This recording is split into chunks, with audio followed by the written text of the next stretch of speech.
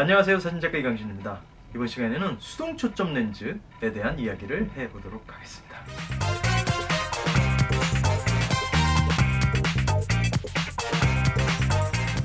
시대가 점점 발전하면서 이제 렌즈들의 성능을 표현하는 방법 중에 첫 번째 중에 하나가 어떻게 보면 가장 빠른 포커싱이라고 할 수도 있겠죠.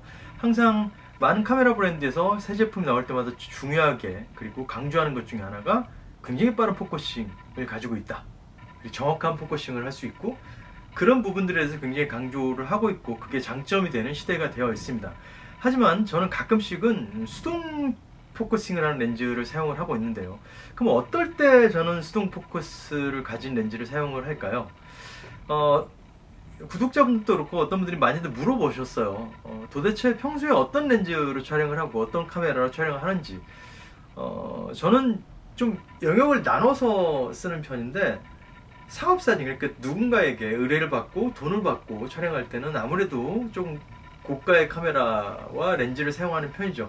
하지만 개인적으로 제가 저의 일상이나 그냥 그냥 제가 찍고 싶은 사진 찍을 때는 카메라에 그렇게 연연하지 않고 렌즈도 저는 사실 서드파티를 좀 선호하는 편이기도 해요. 뭐 많이들 물어보시죠. 뭐 화질이 어떠니 저쩌니 뭐 중앙부가 어떻고 주변부가 어떻고. 저는 늘 말씀드릴 중에 하나지만은 사진을 볼 때 사진 전체를 보지 확대를 해서 막 어디가 포커싱이 정확히 맞고 이렇게 보지는 않는 편이거든요. 뭐 저만 그럴 수도 있겠지만은 그렇기 때문에 저는 뭐 카메라의 화소나 뭐 렌즈의 브랜드를 그렇게 연연하지는 않는 편이에요.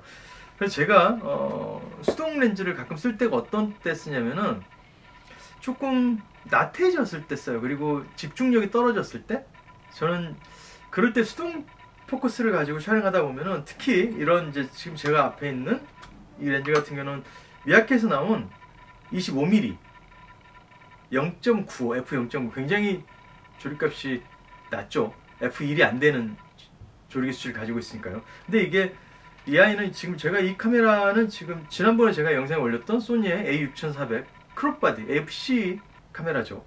그래서 이 렌즈 역시도 크롭용으로 나온 수동 렌즈입니다.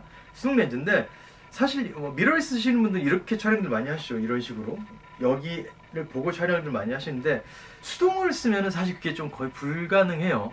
정확한 포커싱이 됐는지 좀 막 알기 어렵기 때문에 저는 항상 수동 렌즈 쓰면 눈에 이렇게 대고 이렇게 포커스 링을 돌려서 포커스를 잡는 편이죠.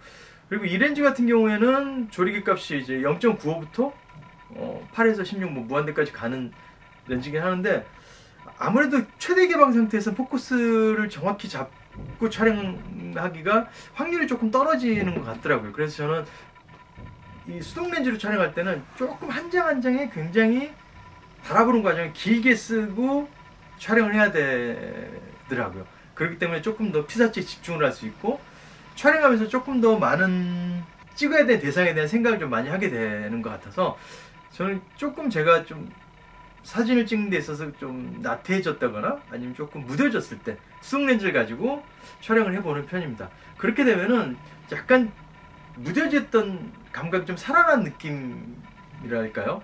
마치 그 오래 써서 무뎌져 버린 칼날을 숫돌에 가는 것 같은 그런 기분이 좀 들어서 그럴 때 좀 수동 렌즈를 쓰고 있어요.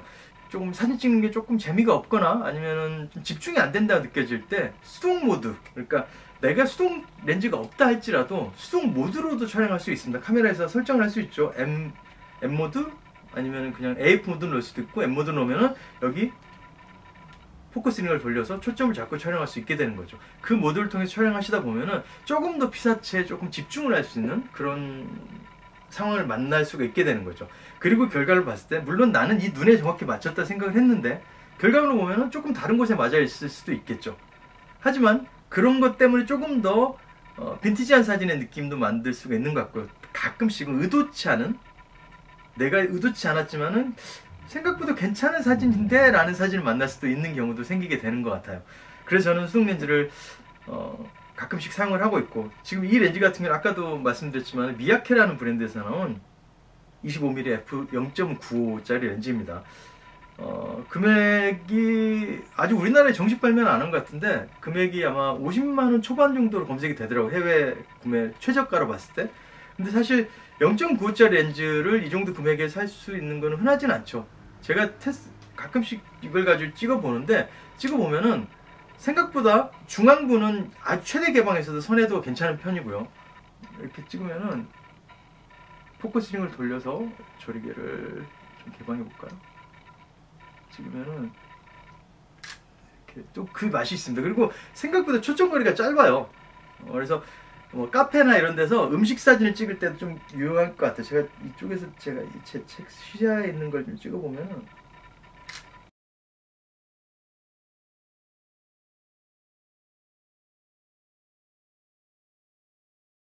구도도 조금 더 섬세하게 볼 수 있다는 장점이 있죠.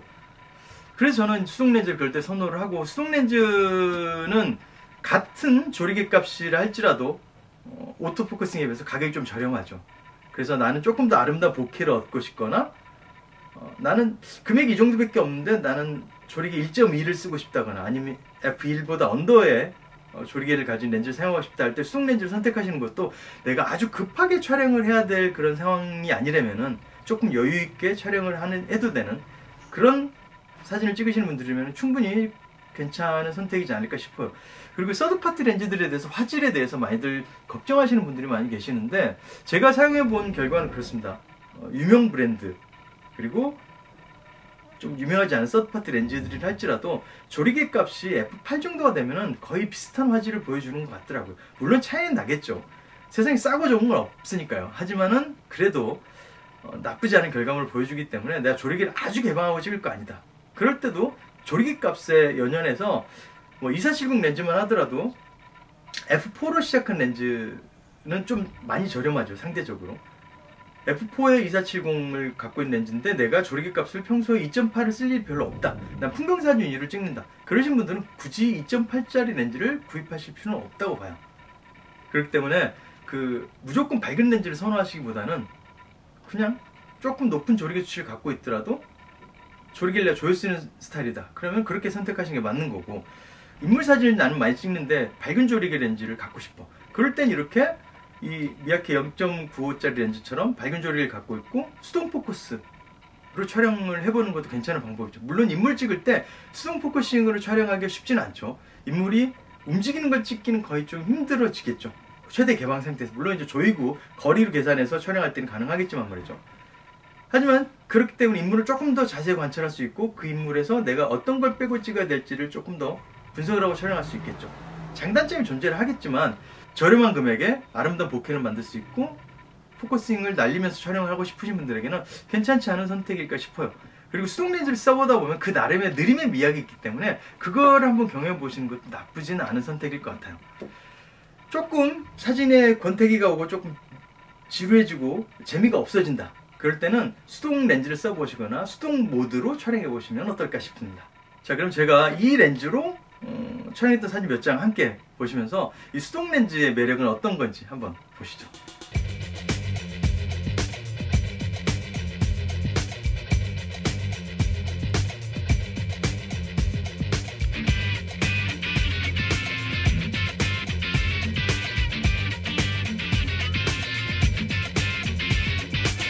어쩌면 우리는 틀에 박힌 붕어빵, 똑같은 생각들, 똑같은 모습들, 다른 줄 알았지. 잘난 척 했었어. 다시 돌아보니 내 모습 다를 게 없잖아. 어쩌면 우리는 하나같이 같은 틀에 지금 붕어빵이야. 똑같은 생각들, 똑같은 모습들, 그걸 모른다는 것을.